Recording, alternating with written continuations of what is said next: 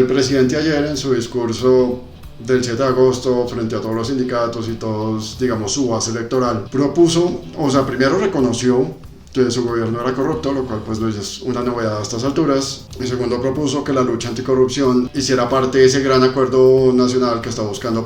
que le está tratando de fomentar para reelegirse. El tema es que, bueno, por un lado hay que ser muy claros, sí es importante, es demasiado importante que este país haga un acuerdo nacional en donde se sienten todas las diferentes facciones políticas, incluso como lo dice el presidente, sería bueno que participaran también agentes del sector privado, de varios sectores sociales, para llegar a acuerdos con respecto a temas de interés nacional, empezando por el más básico, que es decir, que hay temas de interés nacional que deberían estar por encima de los intereses electorales y partidistas de cada uno, temas como precisamente la corrupción, el narcotráfico, la defensa nacional, la vida de los ciudadanos, son temas que deberían estar por encima de las disputas mezquinas y partidistas que estamos viendo ahora. Entonces, desde ese punto de vista sí sería muy interesante, es que es realmente necesario hacer que se logre un gran acuerdo nacional. ¿Cuál es el tema? Que en este gobierno eso no va a ser posible, y eso no va a ser posible por 4 razones fundamentales. La primera es la propuesta de sentar, digamos, a toda la clase política, digamos, a muchos sectores sociales del país en una gran mesa para dialogar y definir, digamos, acuerdos en temas de carácter nacional. Debió haber sido, primero, una promesa que se debió haber hecho desde campaña, y segundo, la debió haber hecho, o digamos, debió haber sido abandonada por un candidato conocido por su capacidad de conciliación. Gustavo Petro no responde a ninguna de esas dos características. No solo es un candidato, un político que ha sido conocido por su fuerte capacidad para dividir, incluso a la gente de su misma ideología política, sino que además fue un candidato que, primero, pues esto realmente no hizo parte de las propuestas de campaña. Básicamente es una propuesta coyuntural. Y en el caso específico de la corrupción, fue una campaña que se dijo a sí misma la campaña del cambio, aunque realmente nunca tuvo una propuesta clara de que iba a hacer en contra de la corrupción, pero sí contó con el apoyo de personajes como Mandito Benedetti, como Roy Barreras, como Olmedo López, como Steiner Pinilla, como el Clan Torres, como familiares del Musa Besaile y del Ñoño Elías. En fin, una cantidad de personajes bastante oscuros que al final son los que han guiado gran parte de las políticas de este gobierno.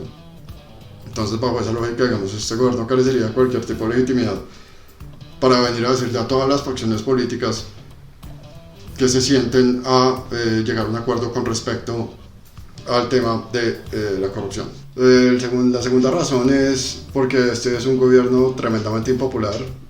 Ya el presidente está por debajo del nivel del 30% de aprobación, y un presidente con ese nivel de aprobación realmente tiene un margen político muy bajo, porque la oposición muy probablemente va a preferir enfrentarse con su propia agenda anticorrupción en las elecciones antes que tratar de llegar a un acuerdo con un presidente pues que casi no tiene mucho que ofrecer. El tercer obstáculo que tendría un gran acuerdo nacional es que el presidente pues ha sido ampliamente conocido por tener este carácter, ¿cómo llamarlo?, más bien megalómano, esta creencia que él es como una especie como de Simón Bolívar, de una especie de prohombre, y bajo esa misma lógica su concepción de negociar implica más bien sentarse en una mesa y decir al que está al frente: usted hace lo que yo quiero, yo me paro de la mesa. Y pues infortunadamente para el presidente, no todo el país, no todos los sectores sociales, sino todos los sectores políticos son como el centro pecho frío, a quien puede hacer eso sin ningún tipo de consecuencia. El resto de los sectores políticos, muy probablemente cuando el gobierno se siente a decir esto es lo que yo quiero hacer, tómelo, déjelo, pues los sectores políticos muy probablemente lo van a dejar. Y finalmente no podemos dejar de lado que pues este supuesto gran acuerdo nacional está manchado por el fantasma de la posible reelección del presidente. Esa misma idea que, aunque el gobierno ha querido negar una y otra vez, todavía está muy presente en la mente de muchos sectores políticos, de gran parte de la opinión pública del país, y eso pues obviamente va a impedir que incluso muchos sectores de la oposición y muchos sectores sociales estén pensando en siquiera sentarse a tratar cualquier tema dentro de ese gran acuerdo nacional. Siguiendo esa misma lógica, pues este país cada vez parece más estar en un modo de esperemos a ver qué pasa hasta 2026, donde muy seguramente elegirán al primer neurivista que proponga acabar todo lo que ha hecho ese gobierno, como pasó con la alcaldía de Bogotá, y tal vez si este candidato es lo suficientemente conciliador, pues sí podamos ver la llegada de un gran acuerdo nacional.